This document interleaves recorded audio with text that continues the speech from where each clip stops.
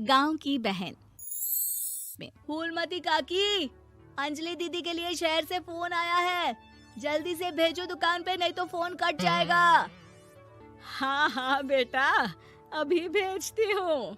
अंजलि बेटा, तेरे लिए शहर से फोन है, सब काम छोड़ के जल्दी जाके सुन ले, नहीं तो फोन कट जाएगा। हाँ माँ, अभी जाती हूँ, जरूर मीनाक्षी दीदी का फोन आया होगा। हाय अंजलि। नमस्ते दीदी, मेरा मतलब हाय, कैसी हो आप? यहाँ तो सब ठीक है। मामा मामी कैसे हैं? तू कैसी है? मेरे तो एग्जाम्स होने वाले हैं, हर रोज कॉलेज जाना पड़ता है, lectures, extra classes, private coaching. ओ मैं तो इतना थक जाती हूँ, क्या बताऊँ। आपकी कॉलेज वाली बहन जी आपको इतना पढ़ाती है, तो घर कब जाती हैं आप दीदी? अरे नहीं नहीं, ये सब सिर्फ मेरी प्रोफेसर नहीं पढ़ाती, मैं अलग से दूसरे टीचर्स के पास भी पढ़ने जाती हूँ। दीदी फिर तो आप बहुत थक जाती होगी ना, आप ना पैदल मत जाया करो, टांगा ले लिया करो दीदी। नहीं मेरी भोली बहन, ना मैं पैदल जाती हूँ, ना ही यहाँ टांगा मिलता है, मैं बस से जाती हूँ और थोड़ी दूरी के लिए रिक्शा ले लेती हूँ। सच्ची? वहाँ पर टांगे नहीं बस चलती है? वाह, वो भी हर रोज? हमारे गांव में भी बस आती है, दिन में 2 बार। यही तो खास बात है शहर की, यहाँ बसें पूरा दिन दौड़ती हैं सड़कों पर, और सिर्फ बसें ही नहीं, कार, स्कूटर और ट्रक भी, और तो और थोड़ी दूरी पर तो हवाई जहाज भी है, जहाँ से हवाई जहाज आसमान में उड़ते हैं। अच्छा दीदी, मैं फोन रखती हूँ, बुआ जी फूफा जी को मेरा नमस्ते कहना। हाँ माँ, हम लोग शहर में क्यों नहीं रहते? बुआ जी, फूफा जी और मीनाक्षी दीदी तो शहर में ही रहते हैं। अरे क्योंकि तेरे बुआ जी की शादी शहर में हुई थी, इसलिए बेटा। शादी से पहले वो भी तेरे पापा और दादा दादी के साथ गांव में ही रहती थी। तो फिर माँ, मुझे शहर भेज दो ना, मैं भी शहर देखना चाहती हूँ। इतनी बार मीनाक्षी दीदी से शहर के बारे में सुन चुकी हूँ, अब मैं भी वहाँ जाकर देखना चाहती हूँ। बस आप मुझे शहर भेज दो। ठीक है, इस बार गर्मियों की छुट्टियों में कुछ दिन रह आना शहर, अपनी बुआ के घर। अब तो खुश ना? हाँ माँ, बहुत खुश। आप देखना मैं शहर जाके कितने मजे करती हूँ। अंजलि अगले दिन स्कूल जाती है और वहाँ अपने सारे दोस्तों को अपने शहर जाने की बात बताकर चिढ़ाती है। अरे श्रद्धा, शीतल, सरोज, तुम लोग इन गर्मियों की छुट्टियों में कहाँ जा रही हो? एकादशी वाले गांव के मेले में। हम तो दूसरे गांव में नानी के घर जाएंगे, उनका घर नहर के किनारे है, बड़ा मजा आएगा। हम इस बार कहीं नहीं जा रहे, बल्कि हमारे घर में रहने के लिए मेहमान आएंगे। और तू? अरे मेरा क्या है, मैं तो बस पास वाले शहर जा रही हूँ, अपनी बुआ जी के घर, वहीं रहूंगी कुछ दिन। तुम लोग चिंता मत करना, मैं चिट्ठी लिखूंगी तुम सबको वहाँ से। पापा मुझे तो चक्कर आ रहे हैं, जी घबरा रहा है।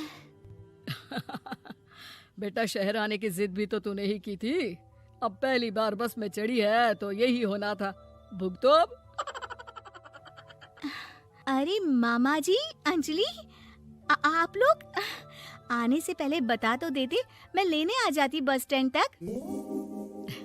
आओ आओ भैया, आओ बेटी अंजलि। माँ बुआ जी कैसे हैं वहाँ, और भाभी कैसी हैं? सब ठीक है, बस अंजलि जिद कर रही थी कुछ दिन आप लोगों के साथ रहने की, सो छोड़ने आ गया। दीदी आप मुझे शहर घुमाने ले जाओ ना, मुझे भी शहर देखना है। हाँ हाँ चल, तैयार हो जा जल्दी से। अंजलि तैयार होने जाती है और कुछ देर बाद जब बाहर आती है तो अरे ये क्या कर दिया तूने, मार्केट तक ही तो जाना है, इतनी डार्क रेड लिपस्टिक, इतने बड़े बड़े झुमके और चूड़ियां और चेहरे पर इतना सारा पाउडर। मेरी बहन ऐसे नहीं चलेगा, जा और ये सब हटा के आ। अरे कैसे, क्यों? मैंने शहर आने के लिए इतनी मेहनत से ये सब इकट्ठा किया था, और वैसे भी मैंने देखा है मोहल्ले की राधा काकी के टीवी पर एक फिल्म चल रही थी, उसमें हीरोइन ना ऐसे ही तैयार होकर जाती है घूमने। सब पता है मुझे, मैं तो ऐसे ही जाऊंगी दीदी।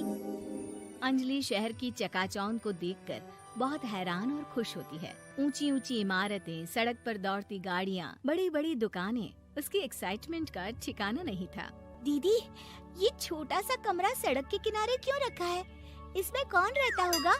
ये कमरा नहीं, पीसीओ है, पीसीओ। यहाँ पर लोग फोन करने आते हैं, सिक्का डालकर। ओ, हमारे गांव में तो दुकान पे ही जाते हैं बात करने। अच्छा चल, तुझे रेस्टोरेंट में खाना खिलाने ले चलती हूँ। Excuse me, 2 plate noodles please and 2 Cola. Meenakshi को ऑर्डर प्लेस करते हुए अंजलि बहुत ध्यान से देखती है और थोड़ी ही देर में ऑर्डर लेकर वेटर आ जाता है और खाना टेबल पर रख देता है।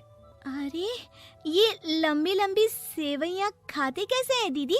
और इसके साथ कोई अचार, प्याज, मूली कुछ भी नहीं दिया, बस ये छोटा सा पेट खुजाने वाला दे दिया है।